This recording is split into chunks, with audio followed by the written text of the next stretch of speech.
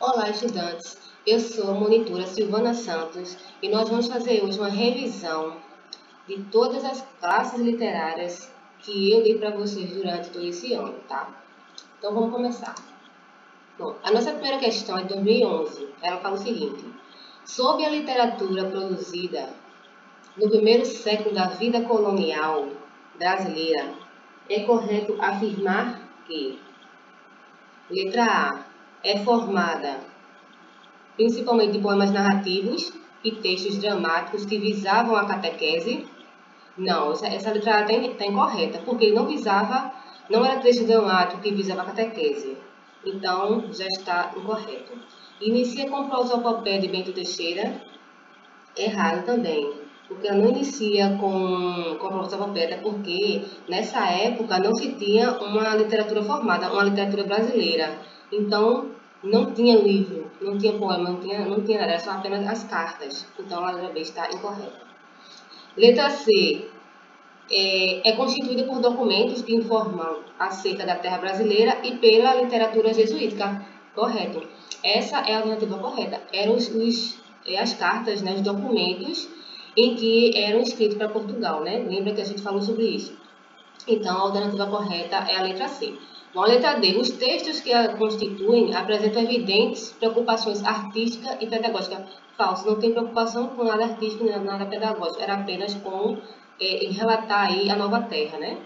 Letra E. Descreve com fidelidade e sem idealizações a terra e o homem ao relatar as condições encontradas no novo mundo. Também está falso, porque não está sem idealização da terra, ele falava fielmente o que tinha aqui, o que era encontrado aqui na terra. Então, ela também está incorreta. Então, a letra verdadeira aqui seria a letra C. Segunda questão. Quando os portugueses se instalaram no Brasil, o país era povoado de índios.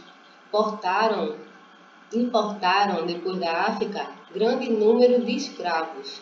O português, o índio e o negro constituem, durante o período colonial, as três bases da população brasileira. Mas no que se refere à cultura, a contribuição do português foi de longe a mais notável.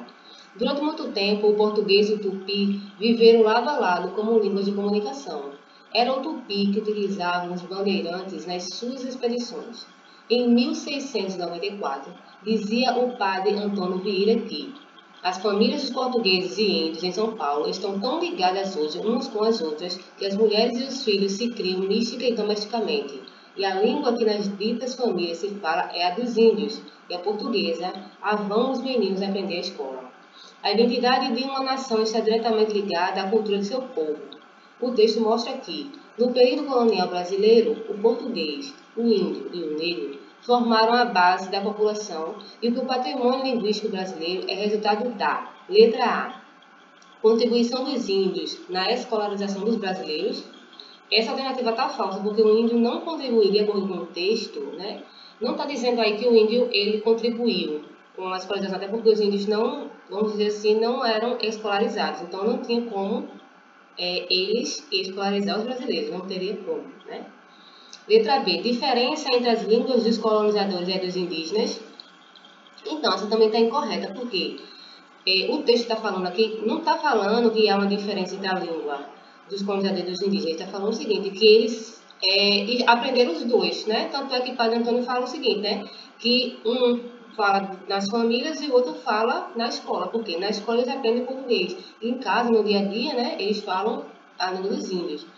Então, não está falando sobre isso. Letra C. Importância do padre Antônio Vieira para a literatura de língua portuguesa. Não está falando sobre isso também. Padre Antônio Vieira ele apenas está falando que a junção dessa língua, que tanto a língua portuguesa quanto a indígena são faladas no ambiente, no Brasil, no caso, né? Letra D. Origem das diferenças entre a língua portuguesa e a língua tupi. Ele também não está falando sobre isso. Ele está falando o que eu falei agora, né? Que a língua ela está junta, eles têm uma comunicação boa.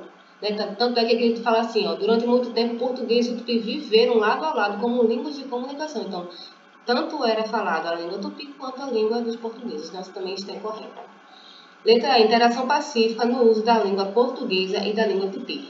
Verdadeiro. Então, a resposta certa é a letra E, porque a gente vê que há uma interação aí sim entre as duas línguas que eram faladas, como eu acabei de falar, uma era aprendida na escola e outra era falada no dia a dia. Então era pacífico, bem pacífico a convivência, né, entre as duas línguas que ocorria aí nesse período colonial. Terceira questão. O pintor espanhol Pablo Picasso, um dos mais valorizados no mundo artístico, tanto em termos financeiros quanto históricos, criou a obra Guernica, em protesto ao ataque aéreo à pequena cidade basca de mesmo nome. A obra, feita para integrar o Salão Internacional de Artes Plásticas de Paris, percorreu toda a Europa, chegando aos Estados Unidos e instalando-se no MoMA, de onde sairia apenas em 1981. Essa obra cubista apresenta elementos plásticos identificados pelo... Bom, a gente primeiro tem que observar aí a tela, né? Vocês estão vendo aí que essa tela é de Pablo Picasso. Já está falando que a tela é de Pablo Picasso, então isso já ajuda na identificação da resposta, né? Vamos dizer assim. Então, nós podemos observar também essa forma. O que está falando essa forma aí? A gente pode ver aí que Pablo Picasso, ele está totalmente despreocupado, né? Com esse retrato que é clássico. Então, a gente vê aí uma imagem monocromática, né? Composta de figuras enquadradas de forma triangular, tem o mesmo plano, não tem uma preocupação com profundidade e possui características do cubismo, que é onde Pablo Picasso ele era um dos principais representantes. Então, a gente pode falar aí que essa obra dele, ela valoriza formas geométricas e tem uma visão de arte com a pintura que apresenta uma realidade fragmentada, vamos dizer assim, né? Então, a resposta certa seria a letra A, certo? Painel ideográfico monocromático que enfoca várias dimensões de um evento, renunciando à realidade, colocando-se em plano frontal ao espectador. Faz parte aí do cubismo, o Pablo Picasso. Quarta questão. O surrealismo configurou-se como uma das vanguardas artísticas europeias do início do século XX. René, pintor belga, apresenta elementos dessa vanguarda em suas produções. Um traço do surrealismo presente nessa pintura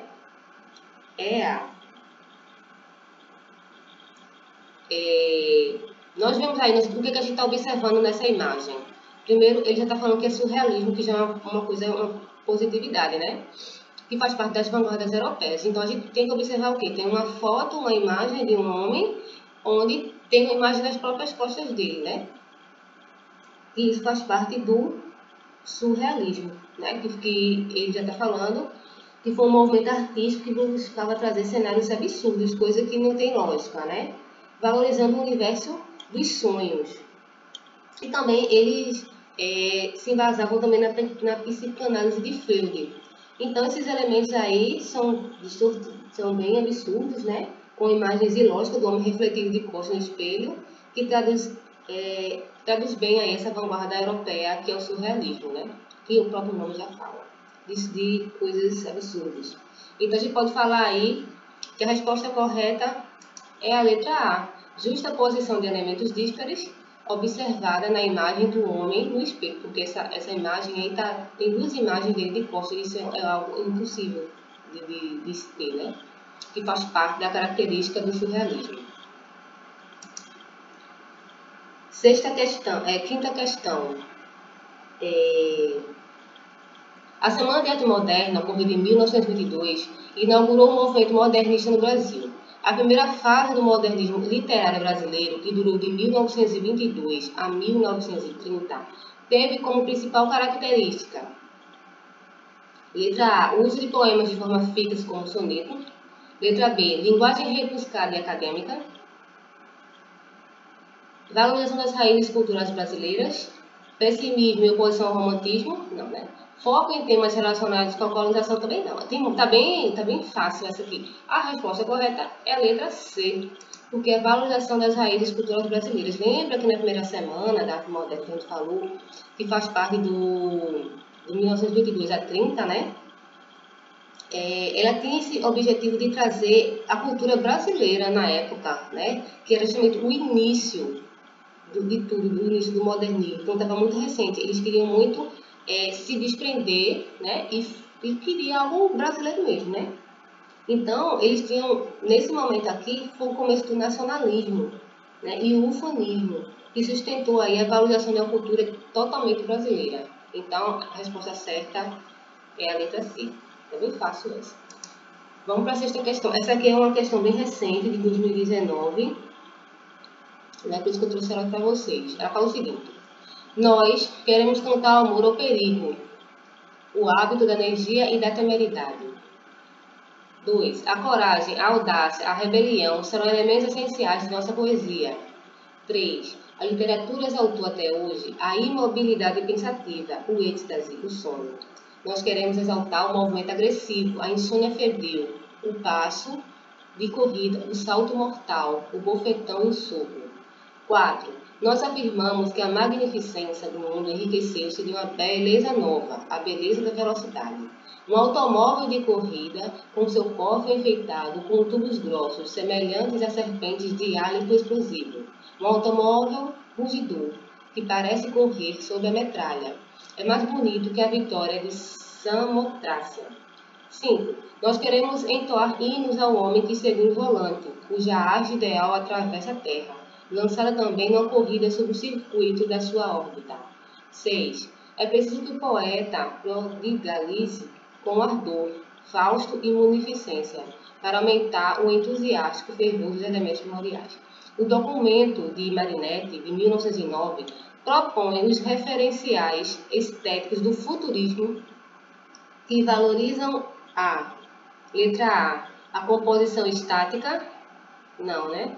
A inovação tecnológica, sim. A gente está vendo aqui que esse manifesto, ele deixa muito claro aí com os elementos e os avanços técnicos da modernidade, que a gente está vendo aí, está falando de carro, está falando de automóvel, né? De velocidade, então a gente está vendo energia, então assim, está claro que está falando de inovação tecnológica. Essa questão está em 2019, bem fácil, né? Letra C, suspensão do tempo, retomada do helenismo e manutenção das tradições. Então está falso. Então, essa resposta aqui é a letra B. Porque lembre que você tem que ver o que está dizendo no texto. O que o texto está falando. Então, ele está bem claro aqui falando de velocidade, como eu falei, que é algo relacionado à tecnologia. Questão número 7. Aqui a gente vai falar aqui do sermão da 60ª, né, que é do padre Antônio Vieira, novamente. Nunca na Igreja de Deus houve tantas pregações, nem tantos pregadores como hoje, pois se tanto se semeia a palavra de Deus, como é tão pouco o fruto. Não há um homem que um sermão entre si e se revolta. Não há um moço que se arrependa, não há um velho que se desengane. Qual é isso? O que é isso? Assim como Deus não é hoje menos onipotente, assim a palavra não é hoje menos poderosa do que dantes era. Pois se a palavra de Deus é tão poderosa, se a palavra de Deus tem hoje tantos pregadores, por que não vemos hoje nenhum fruto da palavra de Deus? Esta, tão grande e tão importante dúvida, será a matéria do sermão. Quero começar pregando-me a mim será, e também a vós, a mim, para aprender a pregar, a vós que aprendais a ouvir. No sermão da 60ª, padre Antônio Vieira questiona a eficácia das pregações. Para tanto, apresenta como estratégia discursiva sucessivas interrogações, as quais têm por objetivo principal: letra A. Provocar a necessidade e o interesse dos fiéis sobre o conteúdo que será abordado no sermão. Letra B. Conduzir o interlocutor à sua própria reflexão sobre os temas abordados nas pregações. Apresentar questionamentos para os quais a Igreja não possui respostas. Letra D. Inserir argumentos à tese defendida pelo pregador sobre a eficácia das pregações. Letra E. Questionar a importância das pregações feitas pela Igreja durante os sermões. Esse texto, ele é uma pregação falando aí, como a gente viu, já está explicando, é padre Antônio Vieira, ele está falando aí do barroco, né? Ele está questionando sobre a eficácia das pregações. Ele quer saber o que Padre Antônio Vieira estava querendo falar a respeito, assim, qual era o objetivo dele de falar essas interrogações, porque tantas, qual é o objetivo de Padre Antônio Vieira, né? Então, a resposta é o seguinte, a resposta aí seria a letra A. Ele quer aí provocar a necessidade e o interesse dos fiéis sobre o conteúdo que será abordado no sermão. Ele quer aguçar aí esse interesse dos fiéis, né? Então, isso é uma estratégia argumentativa e discursiva sofisticada que ele utilizou, porque ele precisava fazer com que ele tinha que prender a atenção dos interlocutores na época, né? Então, essas sucessivas interrogações é justamente para isso, né? Para marcar e despertar a atenção dos ouvintes dos fiéis. Então, a resposta certa seria a letra A. Oitava questão. Soneto 7. Onde estou? É de Cláudio Manuel da Costa, né? Como eu falei esse texto. Onde estou? Este sítio desconheço. Quem fez tão diferente aquele prado? Tudo outra natureza tem tomado. E quem contemplá-lo, tímido, esmoreço. Uma fonte aqui houve, eu não me esqueço, de estar a ela um dia reclinado. Ali, em vale, um monte está mudado. Quando pode, dos anos o progresso. Árvores aqui vi tão florescentes, que faziam perpétua a primavera. Nem troncos vejo agora decadentes. Eu me engano, a região não era, esta não era. Mas que venham a estranhar se estão presentes. Meus males, com que tudo degenera. Cláudio Manuel da Costa, né? E a gente está falando aqui, no soneto de Cláudio Manuel da Costa, a contemplação da paisagem permite ao eu lírico uma reflexão em que transparece é a pergunta, né? E Cláudio Manuel da Costa faz parte do arcadismo, né? Então vamos ver. Letra A. Angústia provocada pela sensação de solidão. Não, ele não está falando que está só, né? Então, lembre-se que a gente vai fazer uma reflexão aqui na pergunta, né? Tem que prestar atenção na pergunta, que é o qual? A contemplação da paisagem permite ao eu lírico uma reflexão em que transparece o que é que esse eu lírico, o que essas paisagens que o Duílio está falando aqui, o que é que faz a gente, o que é que faz refletir? Angústia provocada pela sensação de solidão? Não, ele não está falando que está só, ele está falando, não é. Resignação diante das mudanças do meio ambiente? Também não, ele não está falando sobre mudança de ambiente, né? Na verdade, vamos ver aqui, a letra C. Dúvida existencial em face do espaço desconhecido. Letra D. Intenção de recriar o passado por meio da paisagem. Não, né? Letra A. Empatia entre o sofrimento do eu e a agonia da terra. Isso. Verdadeiro. É a letra E. Por quê? Os textos de Cláudio Manuel da Costa, ela tem algumas características arcades, né? Que ele faz parte do arcadismo. Que é o quê? Que é o bucolismo. Lembra, é um negócio bem triste, fala muito o arcadismo, uma das características fala da natureza, e aí você vê que está falando da árvore. Então, assim, tem algumas características arcádicas aqui, a gente está vendo, né? Então, tem um desejo de tranquilidade que aí se contrapõe à realidade, né? Ele deseja alguma coisa, tem uma tranquilidade, mas ele se contrapõe, vamos dizer assim. Então, uma vez que o eu lírico demonstra ter encontrado um lugar bem diferente da memória dele, né? Como ele fala assim, eu me engano, a região esta não é. Então, assim, ele tá diferente do que ele está falando, né? Do que ele tem na memória dele, né? Então, a resposta aí seria a letra E. Empatia entre o sofrimento do eu e a agonia da terra. Nona questão. A ardor em firme coração nascido, pranto por belos olhos derramado, incêndio em mares de água disfarçada, rio de neve em fogo convertido. Tu que em um peito abraças escondido, tu que em um rosto corres desatado, quando fogo em cristais aprisionado, quando crista em chamas derretido. Se és fogo, como passas brandamente, se és fogo, como queimas com porfia. mas ai, que andou o amor entre prudente, pois para temperar a tirania, como quis que aqui fosse a neve ardente, permitiu parecer-se a chama fria. Esse texto é de Gregório de Matos, que faz parte...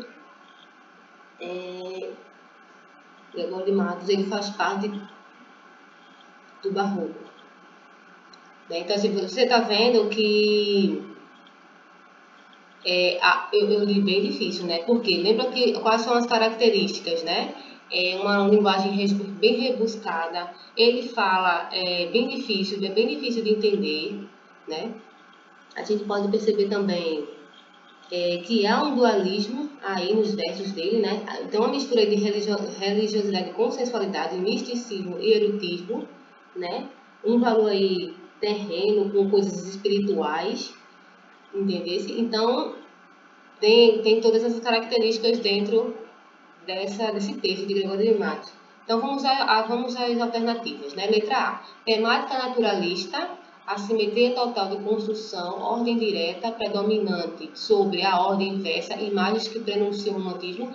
Então, de acordo, a gente já está vendo que é de Gregório de Matos, né? Então, Gregório de Matos ele faz parte do Barroco. Então, a gente já está vendo que não tem nada a ver com temática naturalista. Ele está botando essa temática por causa que tem fogo ali, por causa da natureza e tal. Aí que está querendo confundir as classes, né? Aí ele fala do romantismo, então mas não tem nada a ver, né? É isso por isso que eu falo. Você tem que sempre estudar as características que são as principais. Porque através das características e dos autores, dos principais autores, esse é um dos que mais caem, por isso que eu coloquei ele. Então, através das características da classe, através de você conhecer os autores que fazem parte dessa classe, isso vai ajudar você a identificar na hora de responder a questão. Veja que nem está difícil.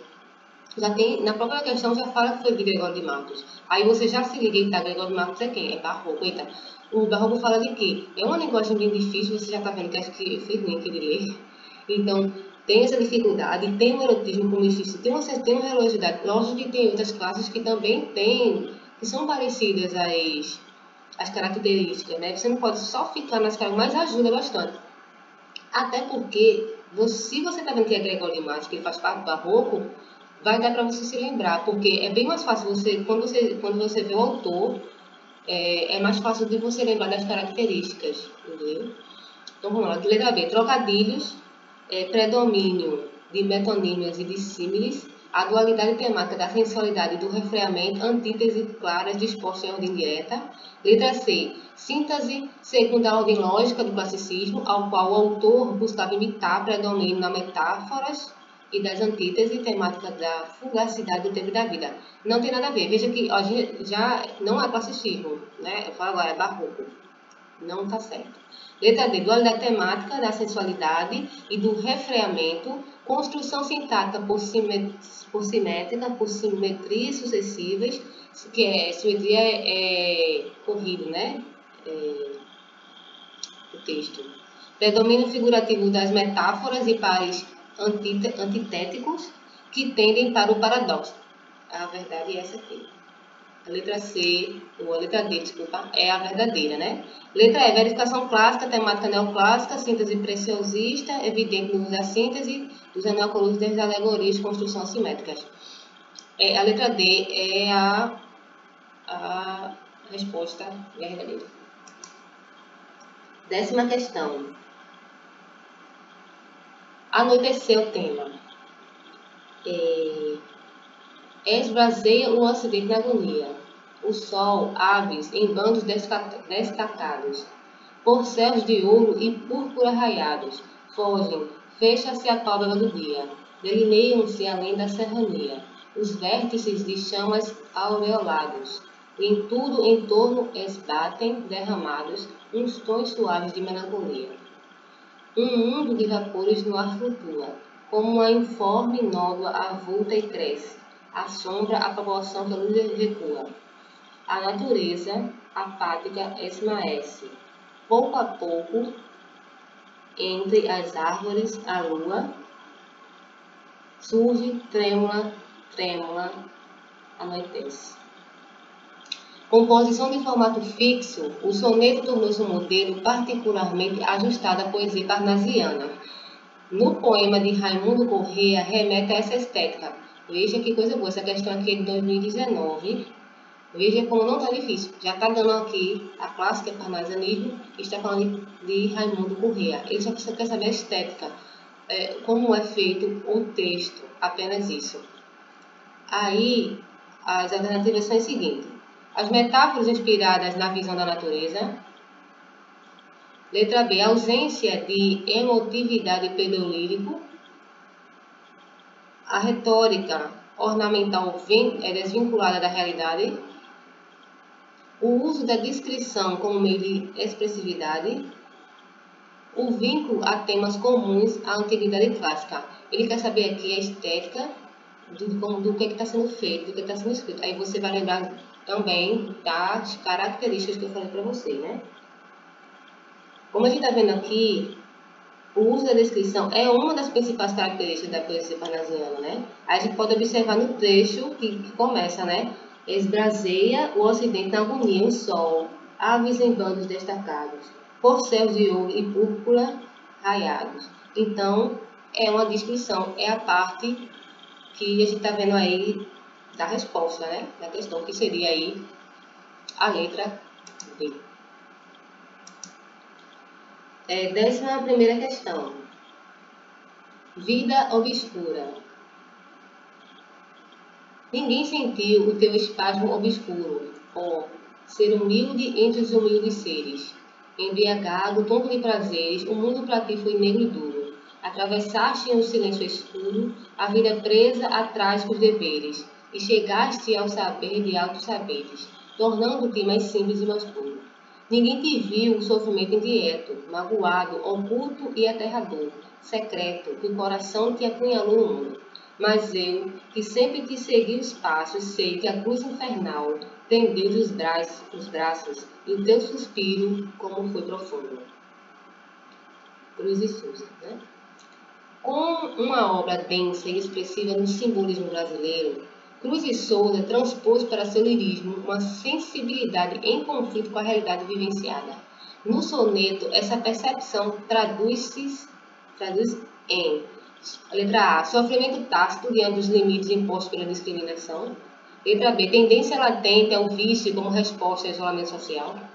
Letra C, extenuação condicionada a uma rotina de tarefas degradantes. Letra D, frustração amorosa canalizada para atividades intelectuais. Letra E, vocação religiosa manifesta na aproximação com a fé cristã. Bom, é importante a gente perceber que esse autor, ele aborda muito o quê? Sofrimento, a discriminação da sua condição humana, né?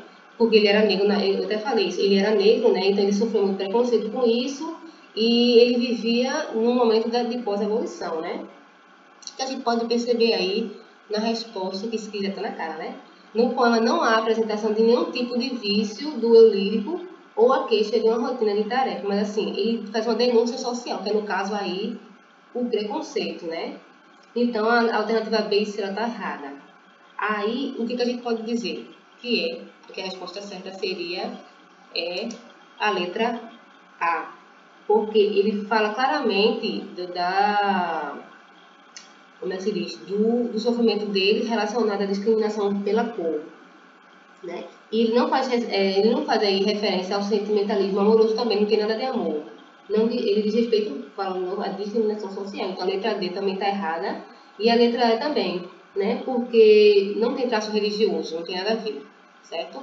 Então a resposta certa aí seria a letra A. Eu queria agradecer a vocês durante todo o ano, para quem assistiu às aulas. Boa sorte na prova. Se vocês precisarem de alguma coisa, pode contar comigo. Aqui está o meu e-mail, está o meu telefone. Quem quiser ajuda para alguma coisa, algum conselho, pode contar comigo, tá certo? Boa prova para todo mundo. Espero que vocês tenham gostado. Até a próxima.